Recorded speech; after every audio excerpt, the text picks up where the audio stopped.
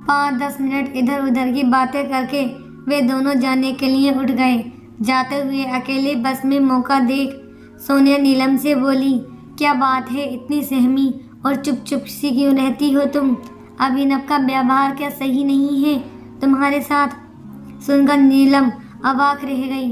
कैसी कैसी बातें सोचने लगी हैं लोग उन दोनों के बारे में। उसके चक्कर में अभिनव की छवि खराब होती जा रही है। वे तुरंत बोली, नहीं नहीं, ऐसी कोई बात नहीं है। अभिनव जी बहुत ध्यान रखते हैं मेरा। अगले दिन अभिनव को 2-3 दिन के लिए दौरे पर दूसरे शहर जाना था। नीलम को लगा चलो अच्छा है, वे 3 दिन शांति से रहेगी। हर समय अभिनव के चेहरे की तरफ नहीं देखना पड़ेगा कि उसकी किस हरकत पर अभिनव की क्या प्रतिक्रिया होती है। वे इतना उखड़ा उखड़ा क्यों रहता है? लेकिन उसे शांति नहीं मिली, बेचैनी और बढ़ती गई।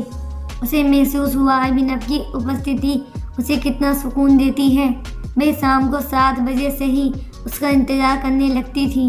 अभिनव एक मजबूत शिला की तरह उसके साथ और समाज के बीच खड़ा है, जिस कारण वे सुरक्षित अनुभव करती थी। उसके साथ उसे अकेलेपन का एहसास भी नहीं होने देता। श्यामा उसके साथ सोती थी, सारे दिन घर में रहती थी। उसका बेटा भी आ जाता था, लेकिन फिर भी नीलम का मन उदास रहता। तीसरा दिन था, वे अभिनव का इंतजार कर रही थी। शाम के 7 बजे आते अभिनव को आने का चाहिए था, लेकिन 9 बज गए। उसे अब चिंता हो रही थी। ढंग से तैयार होकर बैठी थी। उसने श्यामा के साथ मिलकर अभिनव की पसंद का खाना बनाया था। श्यामा को उसने उसके घर भेज दिया था। जब 9 बजे घर के बाहर गाड़ी आकर रुकी तो नीलम ने चैन की सांस ली। अभिनव को देख मुस्कुराकर बोली, थोड़ी देर हो गई। अभिनव ने बहुत हल्की सी मुस्कुराहट के साथ कहा, काम खत्म करते करते देर हो गई थी, इसलिए देर से चला वहाँ से। अभिनव बहुत थका लग रहा था। नीलम ने पानी का गिलास पकड़ाया। उसके हाथ बढ़ाकर गिलास जैसे ही पकड़ा, उसकी उंगली छू गई। अभिनव ने झटके से हाथ पीछे कर लिया और गिलास छूट गया, फर्श पर गिर गया। नीलम सटपटा गई और बोली, कोई बात नहीं, मैं अभी साफ कर देती हूँ। वह पोंछने के लिए कपड़ा लेने चली गई। अभिनव अपने कमरे में चला गया। फर्श साफ कर अभिनव ने कमरे में आ गई तो वह लेटा हुआ था। नीलम बोली, मुँह हाथ धो लीजिए, खाना लगा देती हूँ। अभिनव ने आंखें बंद करते हुए कहा, मुझे भूख नहीं है। नीलम आश्चर्य से बोली, मैंने आपके पसंद का खाना बनाया है, लंच करके चले होंगे वहाँ से, तो भूख कैसे नहीं है? चलिए थोड़ा सा खा लीजिए। अभिनव करवट बदलते हुए उसकी तरफ पीट कर बोला, नीलम तुम जाओ, बहुत थका हुआ हूँ, मुझे कुछ नहीं खाना अभी। नीलम को विश्वास नहीं हुआ अभिनव उसे नज़रअंदाज कर रहा है। वह उससे दूर होता जा रहा है। पास था ही कब, उसने अभिनव को निकट आने का कब दिया, लेकिन उसके साथ टहलने जाना, हल्का या फुल्का बातें करना, टीवी देखना, उसे महसूस हुआ दिन भर में यही 2 घंटे उसके बहुत अच्छे लगते थे। बेरवासी अभिनव के कमरे से बाहर आ गई। उसकी भूख मर गई थी और चुपचाप जाकर अपने कमरे में लेट गई। नीलम को रात भर नींद नहीं आई। अगले दिन वह फिक्र से जल्दी उठ गई और अभिनव के लिए नाश्ता तैयार किया, कहीं वे बिना खाए पिए न चला जाए। अभिनव ने नाश्ता अवश्य किया, लेकिन उसकी तरफ नहीं देखा। नीलम ध्यान से उसका चेहरा देख रही थी। थकान और परेशानी अभी भी थी उसके चेहरे पर। आंखों के नीचे कालापन उभर आया था। उसे समझ नहीं आ रहा था ऐसा क्यों हो गया जो अभिनव इतना तनाव में है। वे केवल नाम की पत्नी है। अभिनव अपनी परेशानी भी उसके साझा करने का ज़रूरी नहीं समझता। कहीं ऑफिस में कुछ कहा सुनी तो नहीं हो गई। उसने निश्चय किया वह रात को अभिनव से इस विषय में बात करेगी। काम निपटा कर बैठी ही थी, नीलम सोनिया आ गई। उसने आश्चर्य से सोचा, बिना बताए ये कैसे आ गई? सोनिया मुस्कुराते हुए बोली, यहाँ से गुजर रही थी, सोचा मिलती चलूं। नीलम ने मुस्कुराकर उसका स्वागत करते हुए कहा, आइए ना, बहुत अच्छा किया आप मिलने आई। सोनिया फिर आराम से बैठते हुए बोली, करती क्या हो यार, दिन भर घर में सारा दिन कैसे काटती हो? नीलम क्या जवाब देती, बस मुस्कुराकर रह गई। सोनिया आगे बोलने लगी, थोड़ा मिला जुला करो लोगों से, आजकल क्या चल रहा है पता चलेगा, थोड़ा फैशन के बारे में जानकारी मिलेगी। नीलम ने उसको चौंक कर देखा। क्या वह फैशनेबल नहीं दिखती? उसने इस तरफ कभी ध्यान नहीं दिया। उसे अपनी तरफ इस तरह आश्चर्य से देखते हुए सोनिया बोली, नहीं, तुम गलत मत समझना, मैं तुम्हारे पहनावे पर कोई टिप्पणी नहीं कर रही हूँ, लेकिन आजकल जो वेस्टर्न ड्रेस चल रही हैं वे भी वार्डरोब में होनी चाहिए। नीलम ने हाँ में सिर हिलाते हुए कहा, सही कहा आपने। सोनिया संकोच में बोली, अभिनव को पता नहीं क्या हो गया है, पहले इतना हंसमुख था, अब बेबुझा सा रहता है।